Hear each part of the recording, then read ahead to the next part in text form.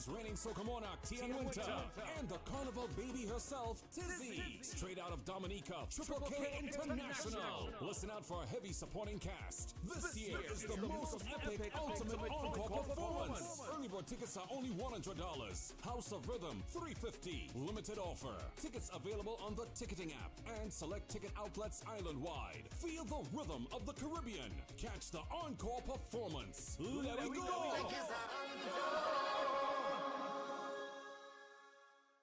When you're having your big life and want everything go fine, there is one place in Antigua that will help you have good time. Grab all liquors, Nelson's Dockyard, and that clubs, cause you will see they've got everything for occasion, life and even party.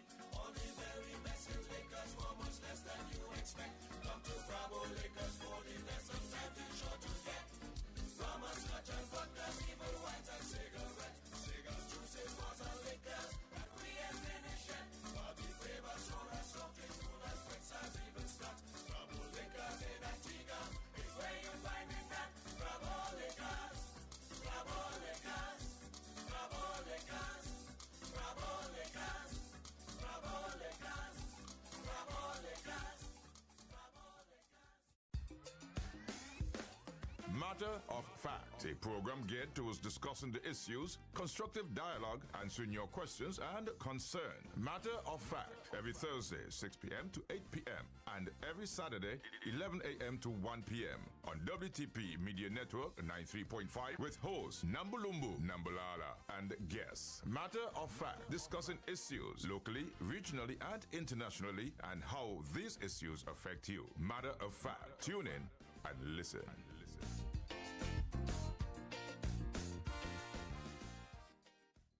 Yeah, your skin looking good. What are you using? I'm getting ready to level up. The Universal Skincare Institute is opening in St. Paul and they're teaching real skincare science. Wait, like a beauty school? Not just a beauty school.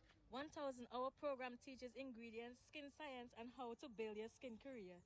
That sounds serious. How do I sign up? Easy. Registration are open. Go to AntiguaUniversalSkincareInstitute.com. All right, Antigua, time to glow and grow. Antigua, the future of beauty education is here.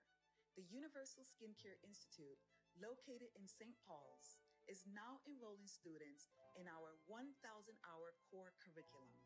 This is not your typical beauty school. At Universal Skincare Institute, students learn real skincare science, ingredient knowledge, formulation, and modern skincare innovation designed for today's global beauty industry. If you're passionate about skincare or looking to start a career in beauty, this is your opportunity. Registrations are now open. Visit antigua.universalskincareinstitute.com and enroll today. Hi, this is Sly the Chief Rockin' J. Join me every morning, Monday to Friday from 7 o'clock on WTP FM 93.5. Your mornings will never sound like this again.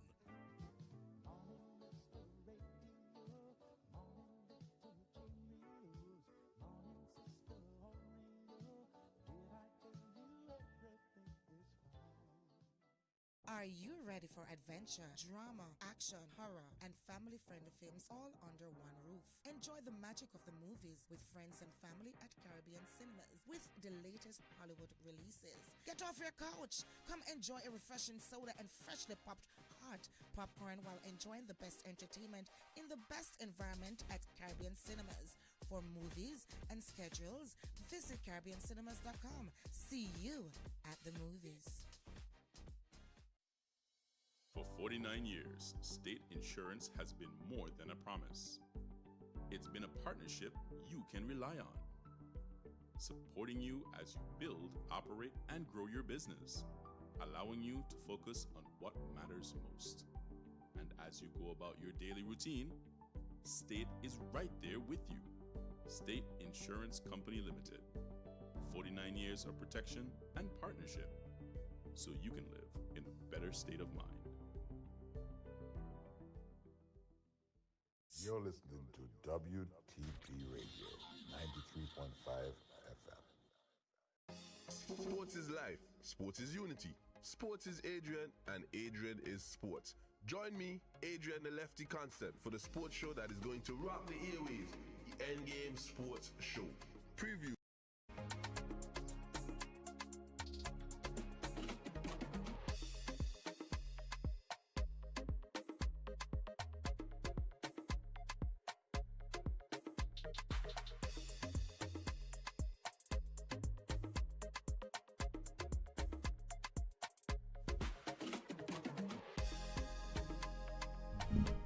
Good afternoon, and welcome to the Endgame Sports Show.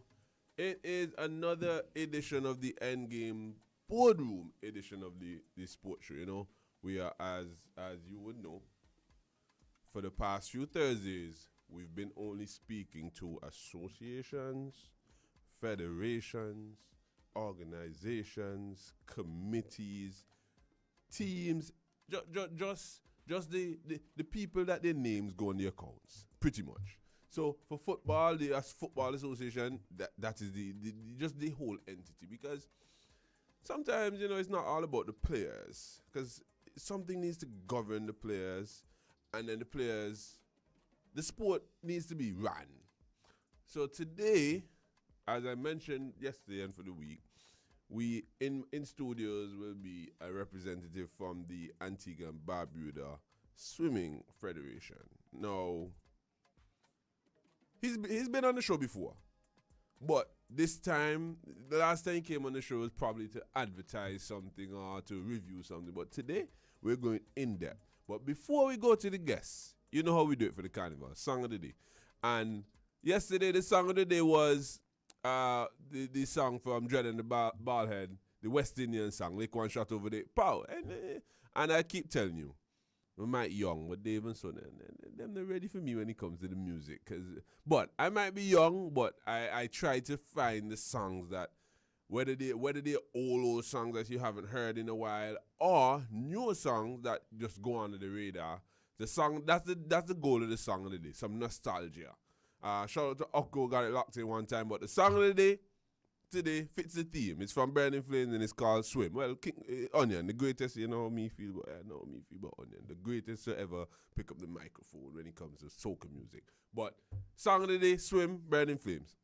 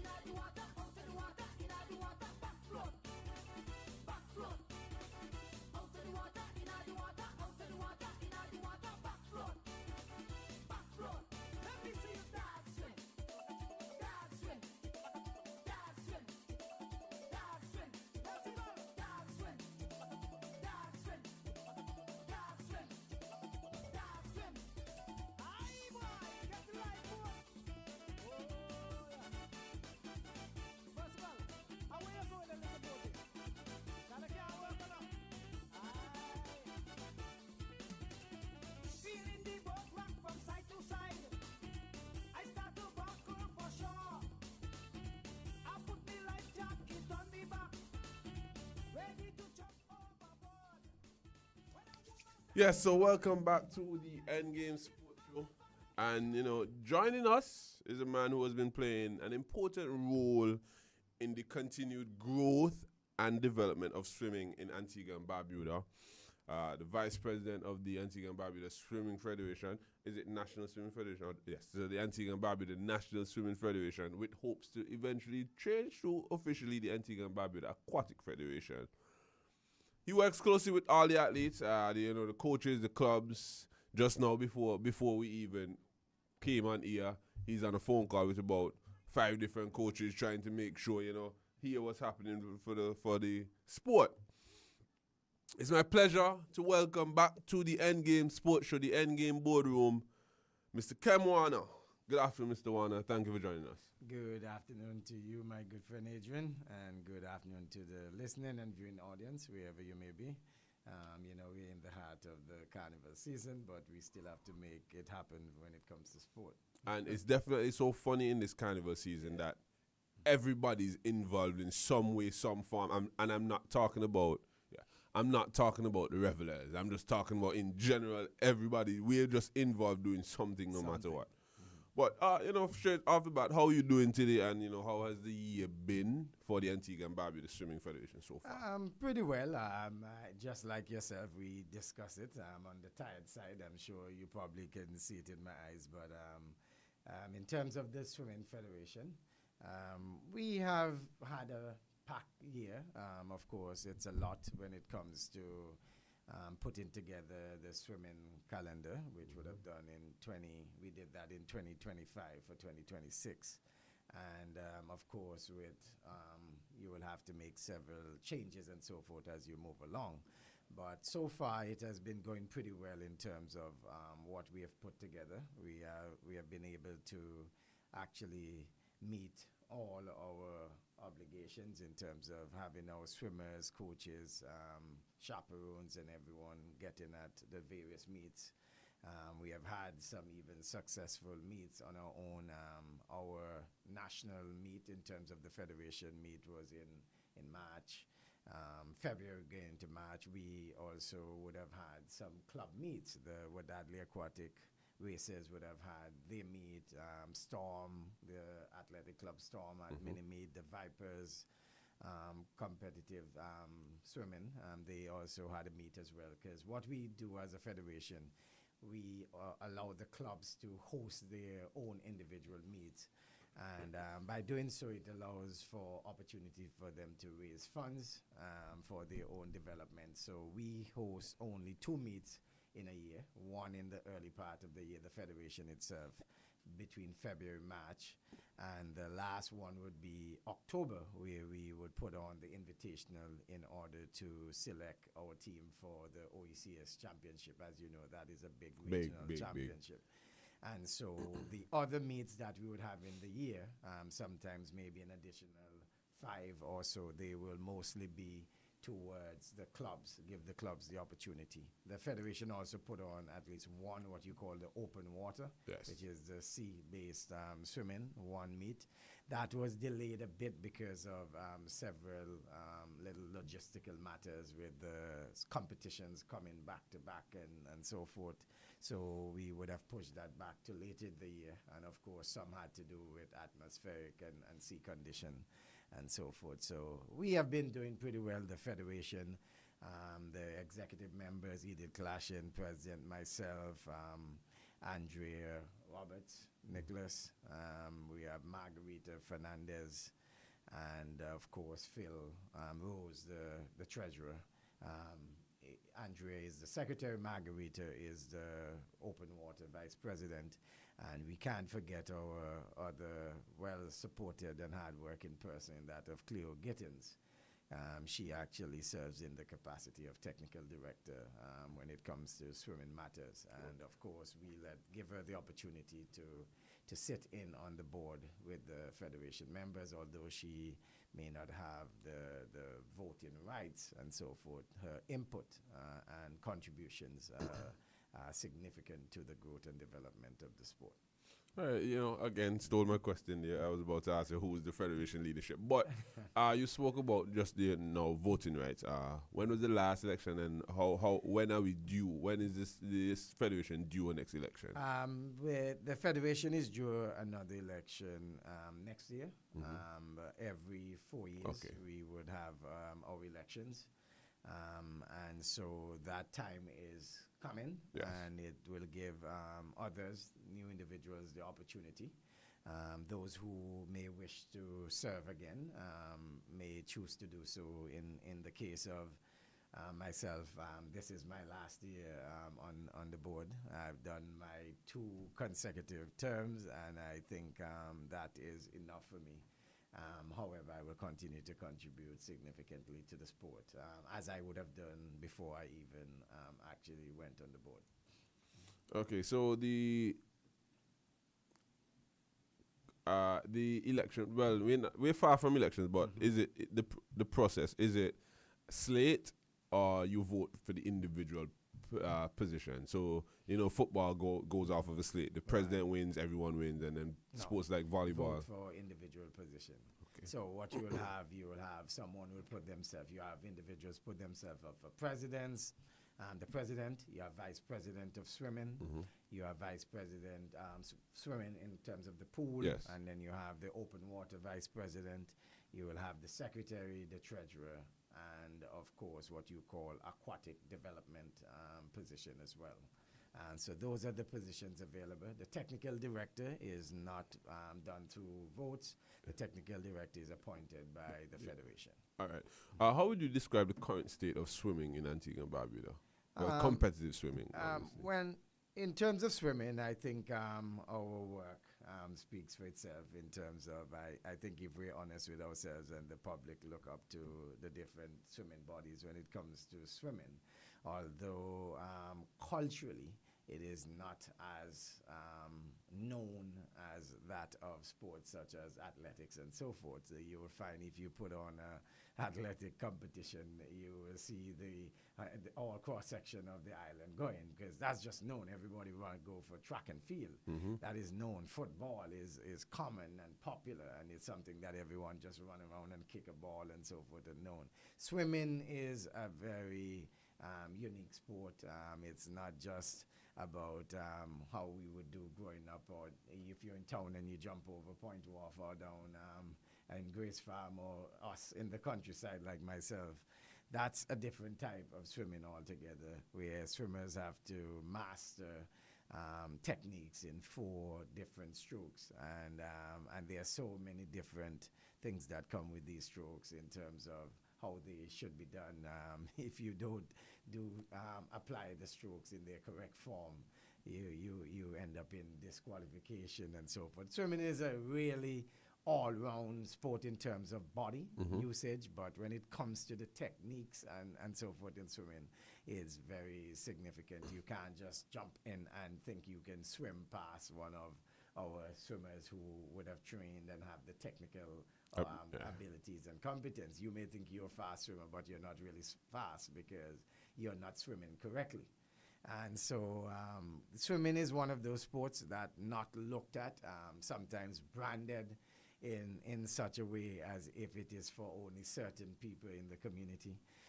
But when you look at the results in terms of what swimming has done or have been doing over the years, you would have seen us winning Federation of the Year, Administrators of the Year, Junior Sport Person of the Year, Senior Sport Person on many occasions.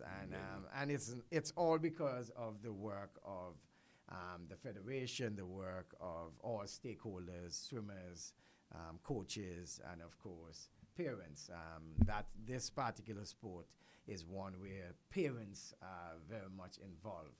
I guarantee you go to an athletic competition, you're not gonna see 100% turnout of the parents. You will probably see more friends and people coming to watch them perform at Yasco.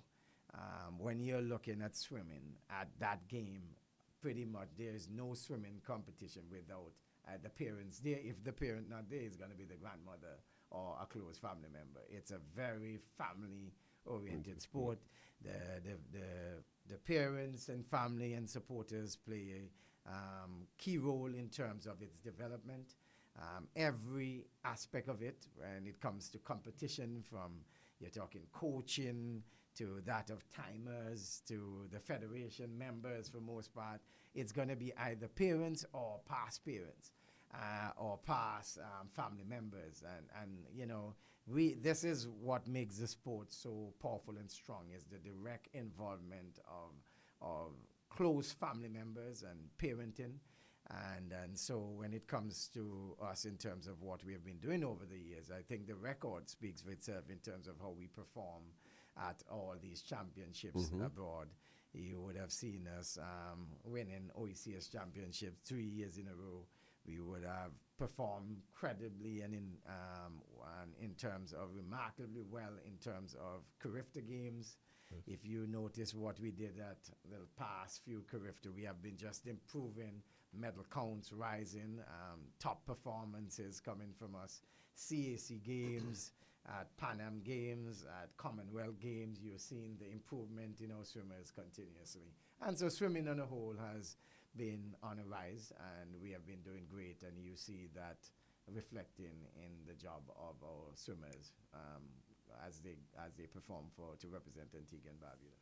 So as you mentioned, you know, the public, how the public looks at swimming as a quote unquote rich people sport. Like, let's not even hide. They look at it as a rich people sport. In the past, I used to hear persons look at it as a more of a color sport as well, but now I don't hear that as much. But rich people sport is how I look at it. It's how I heard a lot of people talk about it. But I don't think it's. I think all sports, if you want to get to the high level, all sports, you have to do some investing. So let's not just not because you might buy equipment today for golf. 10 years down the line, if you want to be good, you can buy equipment for track, for sports, for cricket and so on. So what opportunities are available for young swimmers who want to compete at the higher levels? Right. So I'm going to agree with you to some extent as to your first analogy of how the swimming sport was being looked at. Look, when I joined the sport back in about 2012, 2013, around there with my first daughter, Kimberly. Kimberly would have been in the 8 and under category. And her first selection for the national team was at the age 8 years old when she represented Antigua and Barbuda at the OECS Swimming Championship in St. Lucia. When we went down to St. Lucia in 2014, I remember the other Caribbean islands, they made some jokes and mock of us as to that doesn't even look like a Caribbean team. In fact, I would tell you, you had 80% of Caucasian non-nationals, individuals who were part of swimming as the swimmers. I would say about 20% of our local athletes, and probably less in 2014. Right now, it's a little bit different, as you rightfully mentioned. If you look at the composition of the sport now and the swimming, and even if you look at the crop of our swimmers now, it's going to be in terms of Antiguans and or CARICOM nationals. We're about over 90% or more in terms of dominating the sport. And so it would have changed tremendously. To me, there was a bit of fact, and then there was some myth to it as well, why some people kept away from the sport. But if you look at what has happened over the years, a lot of people, more and more people are coming into the sport because it is not as difficult as some may think. And it is not just for rich people, but I must admit, and the thing is that we have a tendency of sugarcoating. We can't. When it comes to swimming, just like most sports, but I can tell you the equipment and just to be in the sport, it's going to cost you a lot. And if you want to stay competitive and to be at the highest level, you're going to have to participate at a lot of meets, and some of these meets, most of these meets are not funded. And so if the federation cannot raise the funds, most of these meets will be funded by parents. And then as federation try to source funds through fundraising and other means, the federation would do its best to provide refund to the parents. But when it comes to staying in that sport and getting it to the next level, it requires some degree of investment. However, I admonish a lot of the population not to just look at it to be competitive. I think as a nation, we need to get our individuals, our citizens, knowledgeable of swimming, because we can't be living on an island and so many people can't swim. Yes. So even if you're not at the competitive level, all the various clubs that we have available now in Antigua and Barbuda, they not only offer competitive swimming, but they have what you call that developmental program to allow each and every child, or give them the opportunity to learn to swim, and they do not need to master the other strokes. At least if they can do freestyle to stay afloat and to save themselves from drowning and to save others as well. I think a lot of people need to get into the sport, whether it be pool-based or that of open water. Yes, we're halfway through the year. Right now, we have a few teams overseas representing the island. So far, how would you assess the performances of our national swimmers for the year? You know, whether it's Carifta, you know, OECS was this earlier. OECS is going to be November. November. So whether the Carifta, yeah. you know, Commonwealth, obviously CAC is going on right now. Right. Just the national swimmers. How would you assess? Okay, so when you look at us, we at the beginning of the year we would have put on our nationals, and our swimmers, of course, not all, because some of our swimmers, as you can imagine, they are not here. They attend in school and colleges, universities abroad. But our local meet, you know, remain competitive. And when we look at a selection of the team, and I can speak with some degree of authority because I am the chairperson of the selection committee. So yes. I sit on the committee and chair every selection that actually took place in Antigua and Barbuda over the last 7 years. However, when you watch the team, let's say our first regional competition was Carifta, if my memory serves me correct. Carifta would have been in the month, just on the Easter weekend. So that would have been somewhere around April, right? Yes. So when you look at Carifta, we would have sent just about 14 swimmers to Carifta, right? Out of the 14 swimmers to Carifta, 6 of them came back with medals.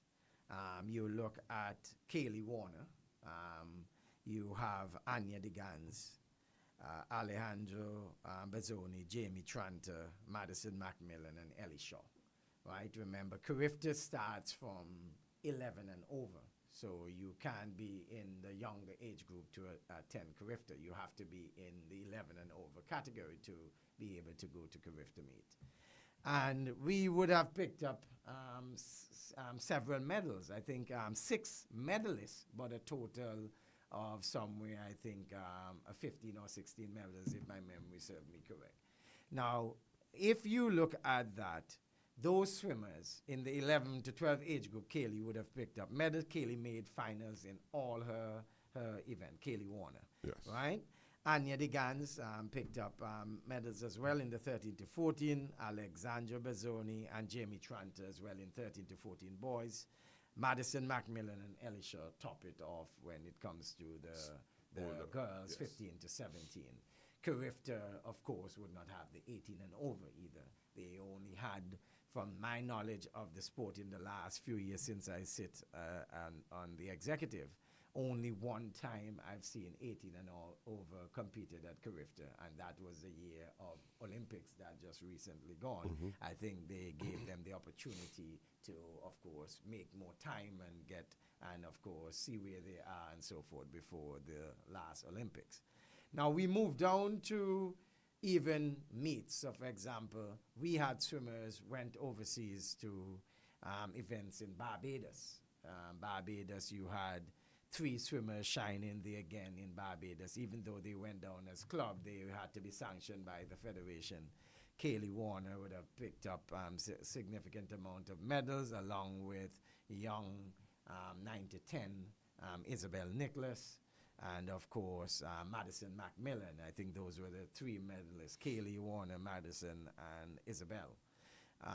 We did a good showing. In fact, Isabel would have, I think, won out the 9 to 10 age group in Barbados in a regional competition, which was very similar to that of OECS championship. We had swimmers from Bahamas, other territories, and so forth, even at a higher level than the OECS. And Kaylee, Isabel won out her category. Kaylee placed second overall. You had Madison Macmillan also plays second overall. So you showed how we perform incredibly at that meet as well. And so you saw what we did. We are not just, when we're here in Antigua, we can compete against the best in the region. And of course, going down into the bigger meets when we get to Central America. Then when you look at, after that, we had the Pan Am Games. And so at the Pan Am Games was held pretty much in Colombia. And the Swimming Federation, the swimmers made us proud again. We did not leave Colombia medalists, as you would want to call it. We came back from Colombia, but we had only one swimmer medaling, because it's a very tough competition when you're competing at Pan Am. You know that well. And so we had Jamie Tranter, actually, would have picked up medals in the 100 back, where he got a silver, and he actually picked up what you call the age group record. And then he got a 50 bronze and got the national record. So he came back with a silver and a bronze, Jamie Tranter. And so Tranter would have medal at Pan Am. We had after, or currently what is going on now is what you call the CAC Games. And that game is actually now, it just from July 28th to August 1st, so it's ongoing. It's currently ongoing. The head coach for that is Nelson Molina. And we had, this meet, of course, is not for the younger swimmers. It would be based on FINA points and standing and ranking of the higher competitive swimmers. And of course, the National Olympic Committee would be the one that would be responsible for organizing most of it, working in conjunction with the Federation. And so we have Ellie Shaw up there, Alandra Dublin, Tivon Benjamin, and Stefano Mitchell. Just to show you again, this is what you call the Central America and the Caribbean competition. And though we have not medaled yet, what I can say to you is that all 4 swimmers would have made what you call B finals. That means they just came outside of the finals. So they have A final, which would be the top 10, and then the top 8 for the finalists, and then anyone after that, you pick another 8 again to compete in what you call B finals. And all our swimmers, Ellie Shaw, Alandra Dublin, Tivon Benjamin, and Stefano Mitchell, all of them made B finals, which shows where we are in terms of swimming. And not much of our OECS counterparts can do that, or at that level where we are. And so we are actually performing incredibly well in terms of making B finals and making Antigua and Barbuda proud. And yesterday, the last time, it was Ellie, Alandra, and Stefano who would have been there. And then when I communicated today with the coach as well, Tivon actually made a B final. And so I'm really proud of Tivon for that. So all 4 of them actually made B final. So last year during one of my shows, I came up with my top 5 wonder kids. And I always tell people, not a good kid is not a wonder kid. A kid that looks good playing the game and sport doesn't mean they're a wonder kid. Yeah. A wonder kid is one that when you look at them in the pool, on the field, on the court, first thing you say is, especially when you see them against their age group, they are so dominant. Yeah. When you see them against adults, you're like, oh, okay, not winning, but can hang. And one of the wonder kids that I had was Ellie. Yes. I mean, I think that she's a remarkable talent. Throughout the last year, I started to follow a bit more of Madison because obviously she was nominated for the national. So I was doing a project on them, so I started following her. Then I realized that one day I went to volleyball and she plays volleyball as well. So she's the next talented one that you have there. She captained the school volleyball and I think they for won. Years, not 1 year, several years. Yeah, I think they won a few. The Island Academy would have won Yes. volleyball so many years on the Madison Macmillan. Yes. So she's not only a highly competitive swimming athlete, but she captains the volleyball team. Yes. So and also a very good volleyball player as well. So are the I know they are, but who are the other? I mean, and listen, disclaimer: if you forget the name, it's not on purpose. It's not intentional. But who are just some of the other ones that you should look when look out when for? you look out for what you're finding now, and let me explain Ellie Shaw and Madison a little bit. I've been around sport, and so people only hear names when people become popular. Mm-hmm. You know what we call locally banging posts? Ellie Shaw used to be a banging post for swimmers. Yep. Ellie Shaw she would get blown non-stop because she was a small little kid. Took a while before she developed. And being small and the other swimmers, she would have been fighting. But she always had a great breaststroke. But she just could not keep up with the others in the freestyle and in the other races, butterfly and so forth. Over the years, Ellie Shaw has grown to become a rounded swimmer. So Ellie Shaw can hold all four strokes well. And that is why not only is she performing well, because people know her for her breaststroke, but she would always perform well in her individual medley, which is the combination of all four strokes. Madison Macmillan is another one. Took off in the 8 and under. Like, that is normal for a lot of swimmers. When you're in 8 and under, you only swim, the longest race you swim is the 100-meter freestyle and the 100-meter IM, the combination of four. Yes, when you're competing in this regional competition. Unless you choose to just swim an exhibition race and swim a longer race with other kids, you're limited to the longer format, which is 100 meter for 8 and under. She would have done well there, as little Maddie coming up. And then Maddie just went into a null. So all through the other age group, she was being beaten consistently by other swimmers, including individuals like Celia Wilshaw and so forth. Madison could not see where they walk. Maturity, consistency, having that willpower to succeed is not, you talk about wonder kid, an athlete or anyone who succeeded in life is not always about natural talent. It's about the mental capacity and what you have behind of you, the support framework and so forth. Madison, over the last couple of years, people just started to hear about Madison because Madison was there, but she was just struggling. Mm-hmm. Now, Madison is one of our senior female athletes, very good when it comes to backstroke, a long-distance runner, very good in long distance. Her freestyle is coming, holding her own now. She's decent in the breaststroke. The fly is probably one of her worst stroke, but she's decent in it enough to run a good IM. Now, Madison has done tremendously well, and now you see her name hitting the papers quite often. Before, you would only hear about the Noah Maskell Gomes, Stephen Mitchell, Jaden Woolley, and those swimmers. Mm-hmm. But now you have a new breed of swimmers coming up. And I'm telling you, if you follow sport and watch what is going on, the new breed of swimmers are swimming faster times than what we past Olympics, even Ellie Shaw. They're swimming better times than what Ellie Shaw is swimming. And I can call them out, starting from the younger age group coming up. Look out for an Isabel Nicholas. Isabel Nicholas is in the 9 to 10. She's just about to go into 11 to 12 next year, which would be her first Carifta. This young lady is already setting records at young age that many swimmers took years to actually break these records, right? So look out for Isabel Nicholas. Young athlete.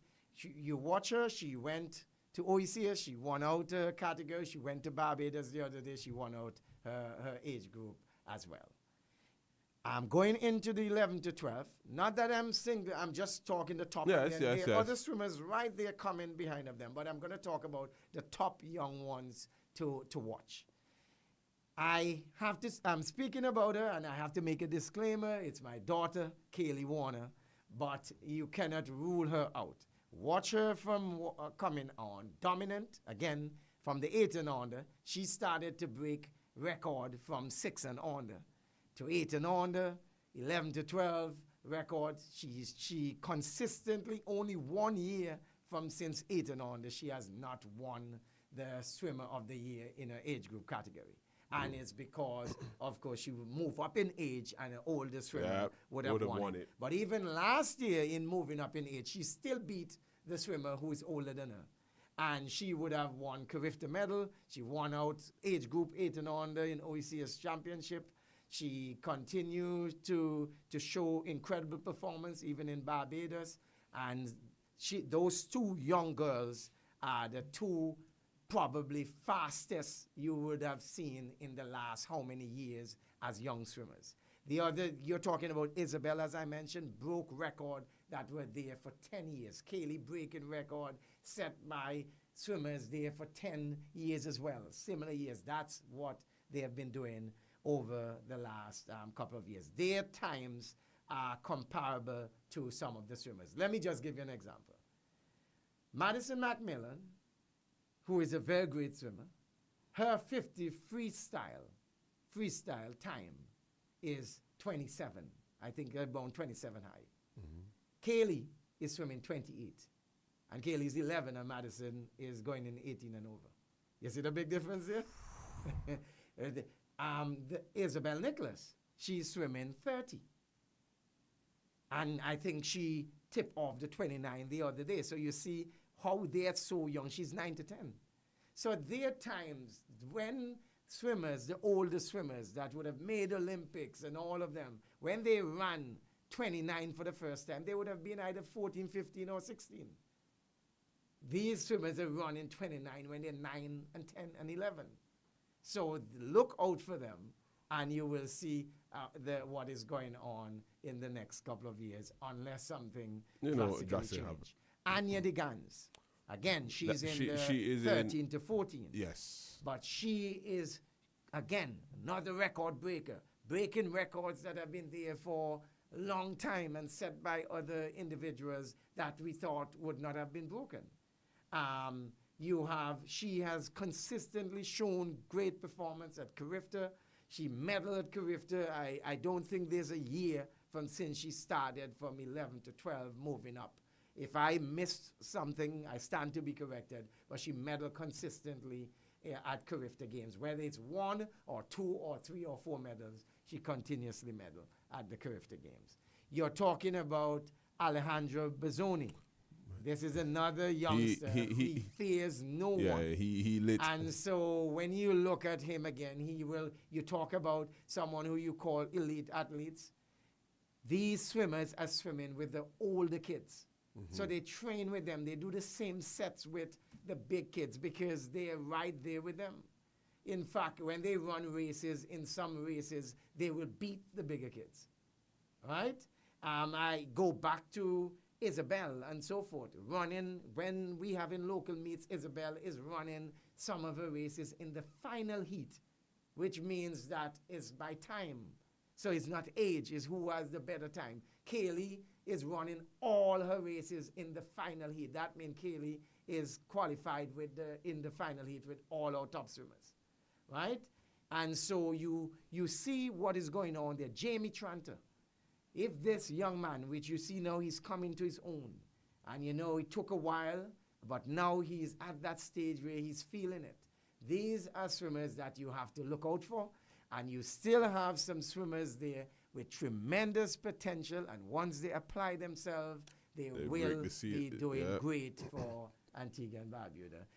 Whether it be, you see them there in potential is there from Jalen West, potential is there from from Keziah Joseph. Potential is there from so many young swimmers out there. And once they put their mind to that, you will be surprised to see what Antigua will be doing in the next couple of years. Yeah, so what we're going to take a quick commercial break, and when we return, we look more towards the future and, some challenges of the Antigua and Barbuda National Swimming Federation. My name is Adrian Constant. This is the Endgame Sports Show. We're going to take a quick break. We're in studios with Ken Warner, the Vice President of the Antigua and Barbuda National Swimming Federation. This is the Endgame Boardroom. We will be right back. Hi, this is Sly the Chief Rockin' J. Join me every morning, Monday to Friday from 7 o'clock on WTP FM 93.5. Your mornings will never sound like this again.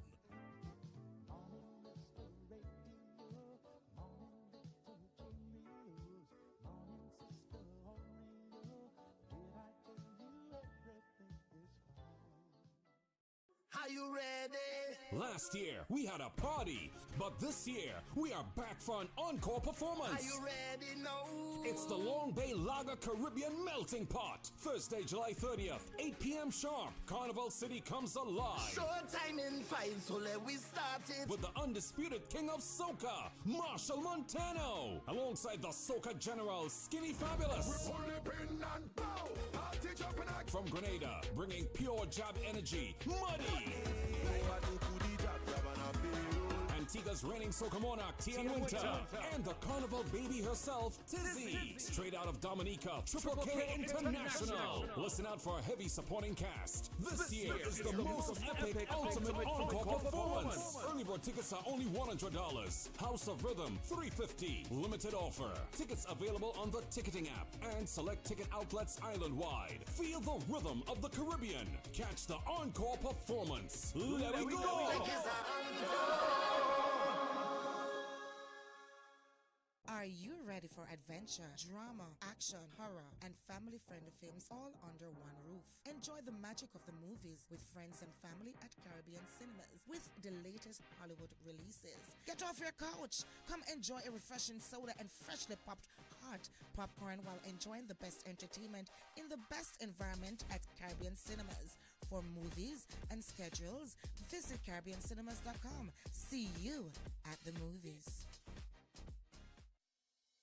For 49 years, state insurance has been more than a promise. It's been a partnership you can rely on, supporting you as you build, operate, and grow your business, allowing you to focus on what matters most. And as you go about your daily routine, State is right there with you. State Insurance Company Limited. 49 years of protection and partnership, so you can live in a better state of mind.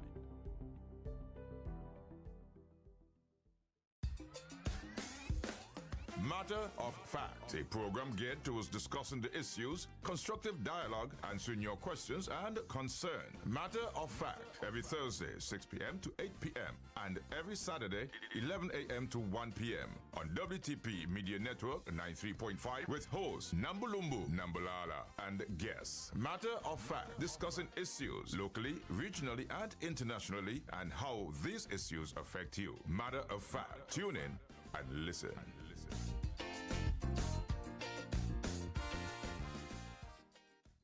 When you're having your big life and want everything go fine, there is one place in Antigua that will help you have good time. Grab on Lakers, Nelson's Dockyard, and that comes cause you will see they've got everything for occasion, life, and even party. All the very best in Lakers for much less than you expect. Come to Bravo Lakers for the best, sometimes it's sure to get. Rum and scotch and vodka, even wines and cigarettes. Cigars, juices, bars and liquors that we ain't finished yet. Party flavors, soda, soft drinks, coolers, quick size, even scotch. Bravo Lakers in Antigua is where you find it at. Bravo Lakers, Bravo Lakers, Bravo Lakers, Bravo Lakers, Bravo Lakers, Bravo Lakers, Bravo Lakers. You're listening to WTP Radio 93.5 FM.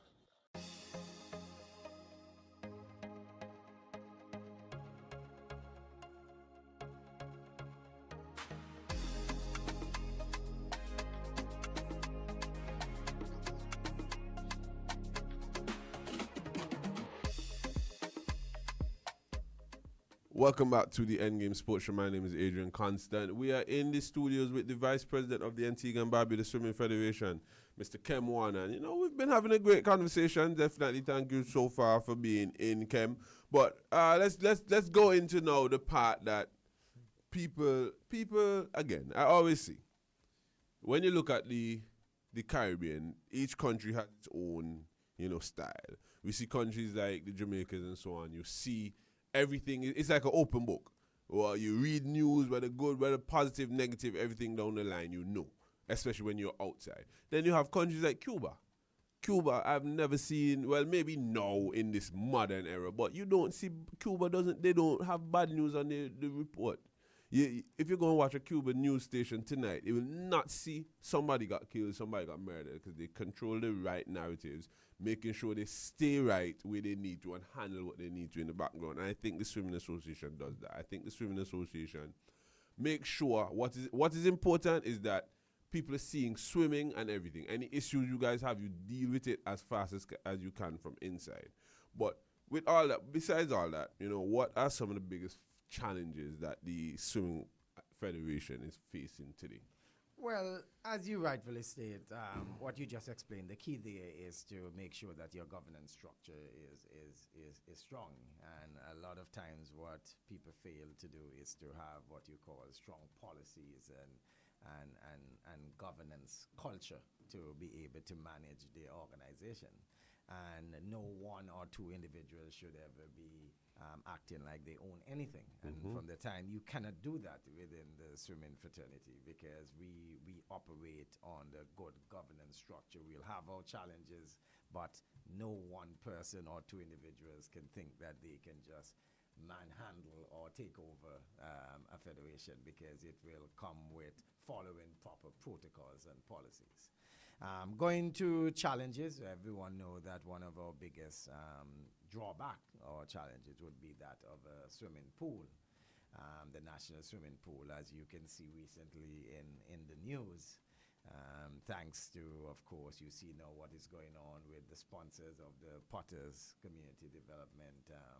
I was, happy, and of course, being the person that got the call from Ambassador Karen Mayhill, and of course from the ones developing the facility and so forth. I met with them, and it is becoming better news now than what it was before, because we would have fell off a little bit. We could have been better had we improved our developmental swimming, in that we did not have enough facilities for to improve our developmental swimming. So we were left with that same cadre of swimmers, and when people age out, we find the challenge of people at certain age stop swimming, and then we don't have enough replacement coming up. And a lot of people don't pay attention to these little technicalities.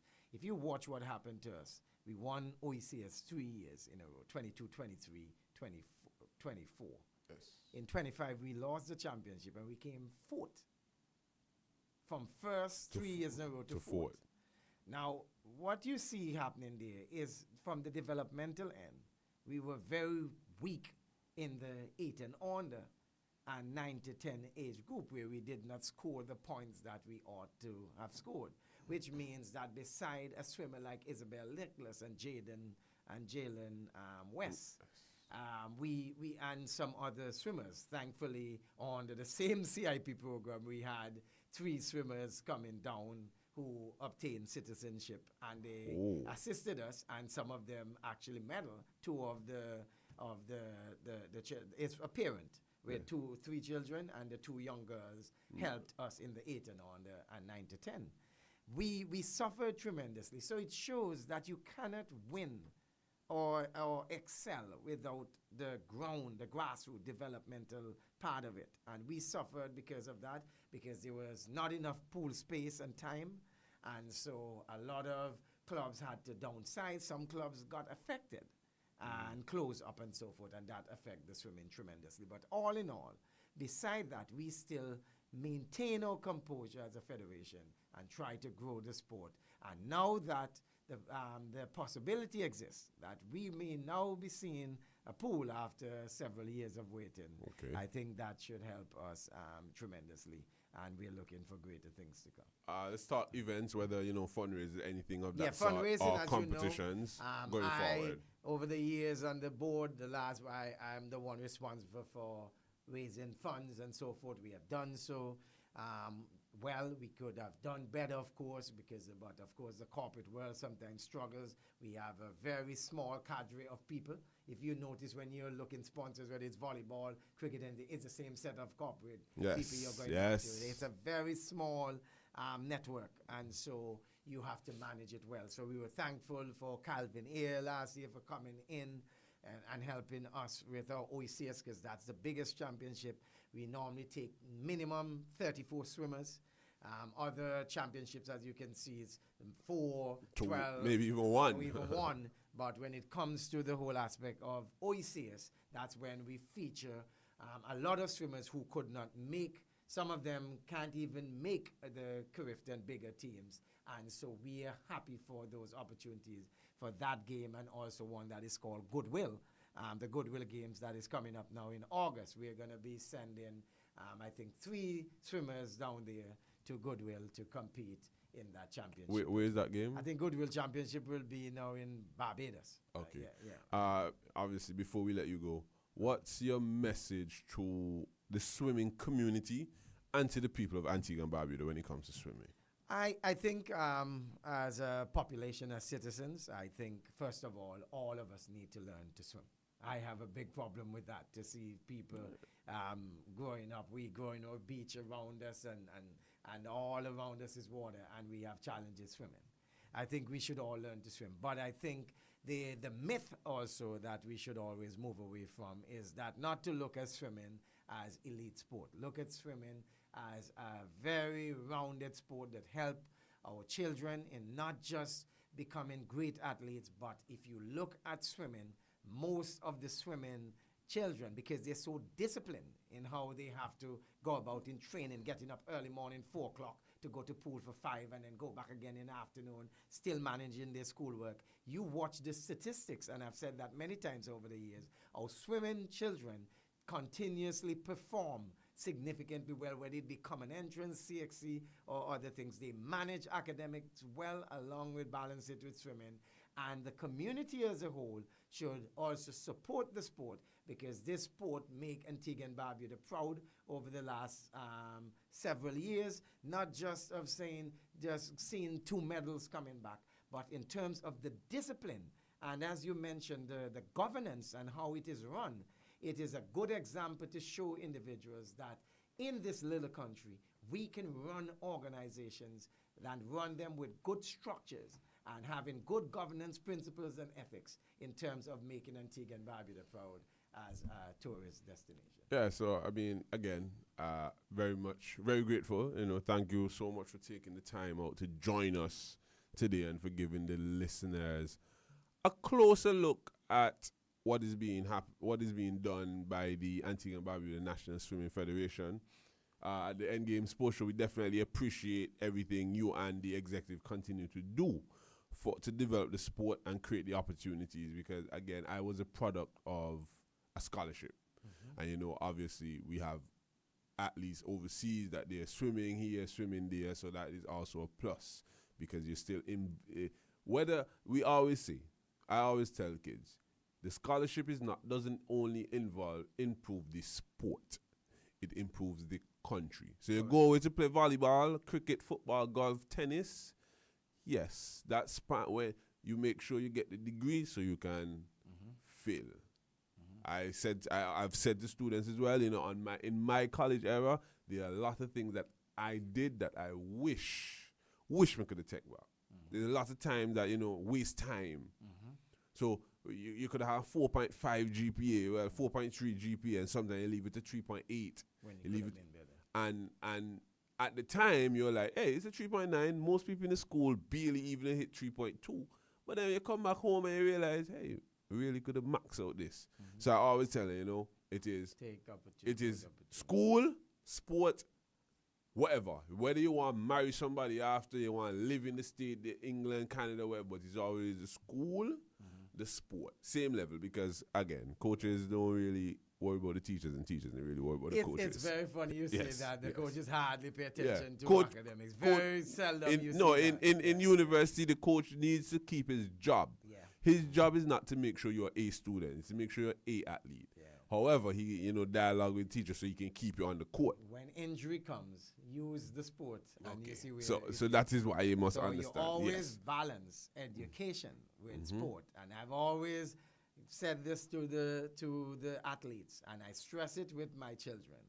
You put it like that, I go a little bit above. I put academics first, then sport. But the two play a very important role, because at the end of the day, nothing can beat knowledge. Yes, so that was definitely Mr. Ken Warner of the Antigua and Barbuda Swimming Federation. Again, a pleasure having you on here. This is the Endgame Sports Show. My name is Adrian Constant. This is WTP Media Network. Listen, there is right now the FIFA kick-up. Today, I like that it is Thursday. So today is Thursday, and on Thursdays, we call it Tegan Thursdays here, so you can talk dialect. That is the rule. You can talk dialect. And FIFA kick-up, right? And I am going to say this. Tomorrow on the Endgame Sports Show, I'll tell you what FIFA has been doing, and we'll preview the weekend. My name is Adrian Constant. Stay tuned. Coming up next is the handsome gorilla, Pastor Kavasi himself, with the Drive Time Show. Great. Thank you so much. WTPAntigua.com.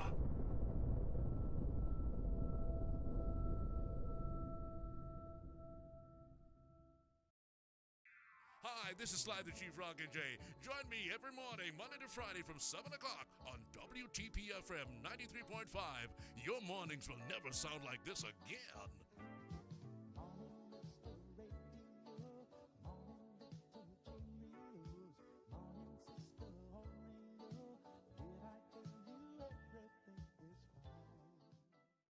Are you ready? Last year, we had a party, but this year, we are back for an encore performance. Are you ready? No. It's the Long Bay Lager Caribbean Melting Pot. Thursday, July 30th, 8 p.m. sharp, Carnival City.